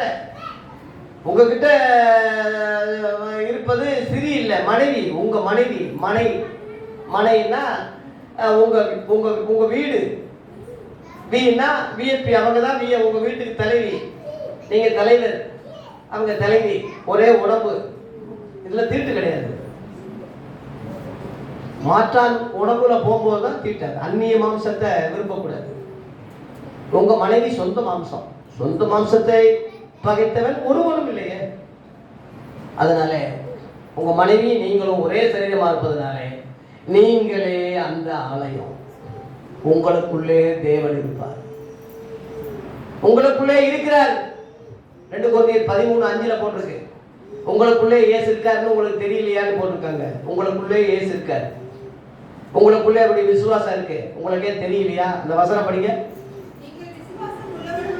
நீங்கள் விசுவாசம் உள்ளவோ என்று உங்களை நீங்களே சோதிச்சு பாருங்க, உங்களை நீங்களே செக் பண்ணுங்க, பரிசோதனை செய்து பாருங்க. இயேசு கிறிஸ்து உங்களுக்குள், வெளியல்ல, உங்களுக்குள் இருக்கிறார் என்று உங்களை நீங்களே அறியாதுங்களா? தெரியாதா உங்களுக்கு? நீங்க பரீட்சைக்கு இல்லாதவளா இருந்தா அறிவீர்கள், பரீட்சைக்கு இருந்தா அறிவீர்கள். அறிவீர்கள். அதான் அறியாதிருக்கிறீங்களான்னு பவுல் கேட்கிறான். நீங்க தான் தேவாலயம் உங்களுக்கே தெரியாதா? தேவனுடைய ஆவி உங்களுக்குள்ள இருக்குன்னு தெரியாதா? இயேசு கிறிஸ்து உங்களுக்குள்ள இருக்கிறார்னு நீங்கள் அறிவீர்கள். அறியாதிருக்கீங்களா? அறிஞ்சா நீங்க தேவாலயம். லேலுயா. உங்க ஆலயத்தை பரிசுத்தமா வச்சுக்கீங்க, பரிசுத்தமா வச்சுக்கீங்க. உங்க ஆலயத்தை கெடுக்காதீங்க, உங்க உடம்ப கெடுக்காதீங்க. தேவ ஆலயம், நீங்களே தேவ ஆலயமா இருக்கீங்க. இந்த சபை தேவாலயம் இல்லை, இது ஒரு பள்ளிக்கூடம் மாதிரி. டீச்சிங் கொடுக்கறது, தேவனை ஆராதிக்கிறது, தொழுது கொள்றதுக்கு ஒரு இடத்தை செலக்ட் பண்ணியிருக்கோம். இது ஒரு நிழலாட்டம். நீங்க நிஜம். நிழலாட்டமான ஆலயத்துக்கு கூடுகிற நீங்கள் நிஜமான ஆலயம். உங்களுக்குள்ளே இயேசு இருக்கிறார். அவர் தொடங்கிய விசுவாசம் உங்களுக்குள்ள இருக்கு. அதனால நீங்களே கிறிஸ்துவின் சரீரமாயும் தனித்தனி அவைகளுமாயும் அல்லேலூயா. ஆகவே அஞ்சாவது சொல்லி முடிக்கிறேன், நாலாவது சொல்லிட்டேன், அஞ்சாவது சொல்லி நிறைவு செய்கிறேன். அஞ்சாவதாக,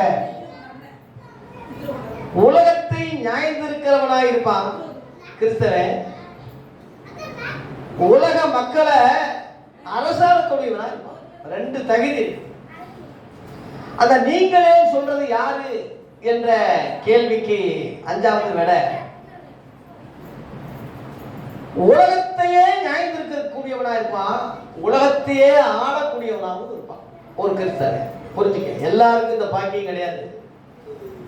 கிறிஸ்துவின் சரீரமாகிய சபையா நீங்க இருந்தா, நீங்க கிறிஸ்துவின் ஆலயமா இருந்தா, கிறிஸ்தவருக்குரிய அச்சு அடையாளங்கள் உங்களுக்கு உண்மையிலே இருந்தா, கடைசி நாட்கள்ல இந்த உலகத்தையே நியாயந்திருப்பீங்க. இந்த உலகத்தையே அரசாளக்கூடிய ஒரு அதிகாரத்தை நீங்க பெற்றவங்களா இருப்பீங்க. வேத வசன ஆதாரம் சொல்றேன். மத்தேயு சுவிசேஷம் 19ஆம் அதிகாரத்துல 27-28 ஒரு நல்ல குறிப்பு இருக்கு. பேதுரு சொல்றான், பேதுரு இயேசுவை நோக்கி, இதோ நாங்கள் எல்லாவற்றையும் விட்டுட்டு உம்மை பின்பற்றினோமே. கேள்வி கேட்கிறான் பாருங்க, என்ன கிடைக்கும் ஐயா? சில ஆளுங்க பெந்தேகோஸ்து சபைக்கு, ஆவிக்குரிய சபைக்கு வர்றதுக்கு சங்கடப்படுறது காரணமே இதுதான். எதையும் அனுபவிக்க கூடாது, நகை போடக்கூடாது, பூ வைக்க கூடாது, அலங்காரம் பண்ணக்கூடாது, எல்லாத்தையும் வெறுக்கணும், சினிமா பார்க்க கூடாது, டிவி பார்க்க கூடாது, எல்லாம் வேண்டாம் வேண்டாம் வேண்டாம்னு சொல்றீங்க ஐயா. அப்போ இந்த உலகத்தை எப்படி பிறந்து நாங்க அனுபவிக்காமையே செத்து போறோமே, எங்களுக்கு என்னையா கிடைக்கும்னு சொல்லி அன்னைக்கே கேட்டிருக்கான் கேள்வி. அதுக்கு இயேசு என்ன சொல்றாரு? அதுக்கு இயேசு மறுஜென்ம காலத்தில், கவனிங்க, மறுபிறவி இல்ல, மனுஷனுக்கு ஒரே பிறவிதான், மறுஜென்மம்னு ஒரு காலம் இருக்கு. மறுஜென்ம காலத்துல மனுஷகுமாரன் தம்முடைய மகிமையுள்ள சிங்காசனத்தின் மேல் அவர் உட்கார்ந்திருக்கும் போது, வீட்டிற்கும் போது, என்னை பின்பற்றின நீங்களும் இஸ்ரவேலிலே 12 கோத்திரங்களையும் நியாயம் தீர்க்கக்கூடியவளாய் 12 சிங்காசனத்தில் வீற்றிருப்பீர்கள் என்று மெய்யாகவே நான் உங்களுக்கு சொல்லுகிறேன். பொய்யாக அல்ல, மெய்யாகவே சொல்றேன். அல்லேலூயா. எனக்கு என்ன அதிகாரமோ உங்களுக்கு அந்த அதிகாரம் உண்டு. இயேசு இந்த உலகத்தை நியாயத்திருக்க போறாரு. 1000 ஆண்டு இந்த உலகத்தை ஆட்சி செய்ய போறாரு. அதே இது உங்களுக்கும் உண்டு. நீங்களும் நியாயந்திருப்பீங்க, நீங்களும் ஆட்சி செய்வீங்க. எனக்குள்ள அந்த அதிகாரம் உங்களுக்கு நான் தர்றேன்னு சொல்றேன். ஏன்னா என்னை போல நீங்க எல்லாத்தையும் விட்டுட்டு, என்னை போல நீங்க பாடுபட்டதுனால, எனக்காகவே நீங்க வாழ்நாள் இழந்ததுனால, எனக்குள்ள அந்த மகிமை உங்களுக்கு உண்டுன்னு சொல்றேன். லேலுயா. அதே தான் பவுல் சொல்றான். 1 கொரிந்தியர் 6ஆம் அதிகாரம், 1 கொரிந்தியர் 6ஆம் அதிகாரத்துல 1ல இருந்து படிங்க. உங்களில் ஒருவனுக்கு, அதாவது ஒரு பிரச்சனை, மனுஷன் கிறிஸ்தவனா இருந்தாலும் பிரச்சனை இல்லாதவன் யாரும் இல்லை. ஒரு சண்டை சச்சரவு பிரச்சனை வரத்தான் செய்யும். வந்தா பிரச்சனை வந்தா சண்டை வந்தா வழக்காடும்படி, அதாவது பஞ்சாயத்து பண்ணி வழக்காடும்படி அவன் பரிசுத்தவான்களிடத்துல அவன் போகாம அநீதிக்காரிடத்துல போக துணிகிறது என்ன? பரிசுத்தவான்கள் உலகத்தை நியாயந்திருப்பார்கள் என்று அறியீர்களா? உலகம் உங்களால் நியாயந்திருக்கப்படுவதாக இருக்க அற்ப வழக்குகள், சின்ன சின்ன சின்ன சின்ன அற்ப குடும்ப பிரச்சனை வழக்குகளை தீர்க்க நீங்க என்ன அவ்வளவு மோசமான ஆளுங்களா? தேவதூதர்களையும் நியாயந்திருப்போம் என்று அறிகிறீர்களா? தேவதூதர்களையே நியாயந்திருப்போம் முடியாது, தெரிஞ்சுக்கங்க. தேவதூதர்களையே நம்ம நியாயந்திருப்போம்னு உங்களுக்கு தெரியாதா? அப்படி இருக்க இந்த உலகத்துக்குரிய இந்த ஜீவனுக்குரிய வழக்குகளை நீங்க ஏன் தீர்த்து கொள்ளாம இருக்கீங்க? அதாவது இப்போ உங்க நமக்கு விளங்குற மாதிரி சொல்றேன். உங்க வீட்டுல ஒரு பஞ்சாயத்து வருது, ஒரு பிரச்சனை வருது, வராத வீடே இல்லை. உடனே நீங்க என்ன செய்யணும்னா, சொந்தக்காரங்கிட்ட போகக்கூடாது. உங்க மாம்ச சொந்தக்காரங்கிட்ட போனா சண்டை தான் வரும், ஸ்டேஷனுக்கு போயிடுவீங்க, கோர்ட்டுக்கு போயிடும். என்ன செய்யணும்?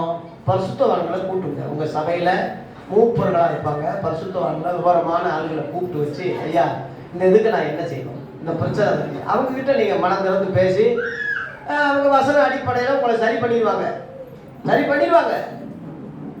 அதுக்கு மீறினா ஒருத்தர் துமுறுனா அவன் பஞ்சாயத்து, உலக பஞ்சாயத்துக்கு போகட்டும், ஸ்டேஷனுக்கு, போலீஸ் ஸ்டேஷனுக்கு போகட்டும், கோர்ட்டுக்கு போகட்டும், அது உலக வழக்கத்தின்படி தப்பு இல்லை. ஆனா பரிசுத்தவான்கள் முடிஞ்ச அளவில் ஊழியக்காரங்க வசன அடிப்படையில் ஒரு விஷயங்கள் சொன்னாங்கன்னா கட்டுப்பட்டு போறதுதான் கிறிஸ்தவங்க. அப்படிப்பட்ட கிறிஸ்தவன் இங்க கட்டுப்பட்டா உலக மக்கள் உலக ஆட்சி அவன் செய்யும் போது அவனும் கட்டுப்படுவாங்க. உலகத்தை ஞானம் போட்டு பரிசுத்தவான்கள் உலகத்தை நியாயந்திருப்பார்கள். வெளிப்படுத்துற விசேஷத்துல இதனுடைய காரியம் இருக்கு, சொல்லி முடிக்க போறேன். 5ஆம் அதிகாரம் 9ஆம் வசனம் 10ஆம் வசனம் படிங்க. வெளிப்படுத்தல 5ஆம் அதிகாரத்துல 9ஆம் வசனம் 10ஆம் வசனம். புஸ்தகத்தை வாங்கவும் அது முத்திரைகளை உடைக்கவும் பாத்திரரா இருக்கிறீர். ஏனெனில் நீர் அடிக்கப்பட்டு சகல கோத்திரங்களிலும் பாஷைக்காரர்களும் ஜாதிகளிலிருந்து எங்களை தேவனுக்கென்று உம்முடைய இரத்தத்தினால எங்களை என்ன செய்யுங்க, எங்களை மீட்டு கொண்டீங்க. எங்கள் தேவனுக்கு முன்பாக எங்களை ராஜாக்களும் ஆசாரிகளுமா ஆக்கிட்டீங்க. நாங்கள் பூமியிலே அரசாளுவோம் என்று புதிய பாட்டை பாடினார்கள். பரலோகத்தில் இல்ல, பூமியிலேயே நாங்கள் ஆட்சி செய்ய போறோம். இயேசுவின் இரத்தத்தால மீட்கப்பட்ட சபையானது இயேசு கிறிஸ்து மணவாட்டி என்ற இடத்துக்கு வருகிற தேவ பிள்ளைகள் இதே பூமியில நாங்கள் அரசாள போறோம் அப்படின்னு சொல்றாங்க. எத்தனை வருஷம் தெரியுமா? 1000 வருஷம். அதை சொல்லி முடிக்கிறேன். அதுலயே வெளிப்படுத்துற 20ஆம் அதிகாரம் 6ஆம் வசனம் படிங்க. 6:20. முதலாம் உயிர்த்தெழுதலுக்கு பங்குள்ளவன். இந்த முதலாம் உயிர்த்தெழுதல் என்னன்னு இப்ப கொஞ்சம் சின்ன விளக்கம் கொடுத்துடுறேன். நியாயத்தீர்ப்புல எல்லாரும் உயிர்த்தெழுவாங்க, உலகம் முழுவதும் உயிர்த்தெழுவாங்க. அது கடைசி உயிர்த்தெழுதல். யாருமே உயிர்த்தெழாம இருக்க முடியாது. அதுக்கு முன்னாடி முதல் உயிர்த்தெழுதல்னு ஒண்ணு இருக்கு இல்லையா? அது என்னன்னா, ரகசிய வருகையிலே இயேசு மத்திய வானத்துல வரும்போது கிறிஸ்துக்குள் மரித்தவங்க முதலாவது எழுந்திருப்பாங்கன்னு பவுல் சொல்றான். 1 தெசலோனிக்கே 4 அதிகாரத்துல 15, 16, 17 சொல்லியிருக்கு. கிறிஸ்துவுக்குள் மரித்தவங்க முதலாவது எழுந்திருப்பார்கள், பின்பு அன்னைக்கு உயிரோடு இருக்கிற பரிசுத்தவான்கள் அவர்களோட கூட ஆகாயத்தில் மேகங்களிலே வானத்திலே எடுத்துக் கொள்ளப்பட்டு இவ்விதமா எப்பொழுதும் கர்த்தருடனே கூட இருப்பார்கள். இதான் முதலாம் உயிர்த்தல். அந்த கர்த்தரோட கூட இருக்கிறவங்க இரண்டாவது இந்த உலகத்துல இயேசு வரும்போது அவரோட இவங்களும் வருவாங்க. அதான் 2ஆம் வருகையில பரிசுத்தவான்களோடு வர்றாருன்னு சொல்றது. யூதா 15ஆம் வசனத்துல சொன்னது அதான். 1000 பரிசுத்தவான்களோடு வர்றாருன்னு சொல்றது அதுதான். இவங்க தான் முதலாம் உயிர்த்தெழுதல்ல பங்குள்ளவன் தான். அவன் இந்த பூமியில வந்து 2ஆம் வருகை வரும்போது அர்மதேயன் யுத்தம் நடக்கும். சாத்தானையும் அந்தி கிறிஸ்துவையும் கள்ள தீர்க்கதரிசியும் இயேசு பிடிச்சிருவாரு. பிடிச்சிட்டு கள்ள தீர்க்கதரிசியும் அந்தி கிறிஸ்துவையும் அக்னி கடல்ல தள்ளிடுவாரு. 2ஆம் மரணம், அது ஃபைனல். சாத்தானை மட்டும் கட்டி வெளிப்படுத்தல் 20ஆம் அதிகாரத்துல 1000 வருஷம் பாதாளத்துல தள்ளி முத்திரை போட்டுருவாரு.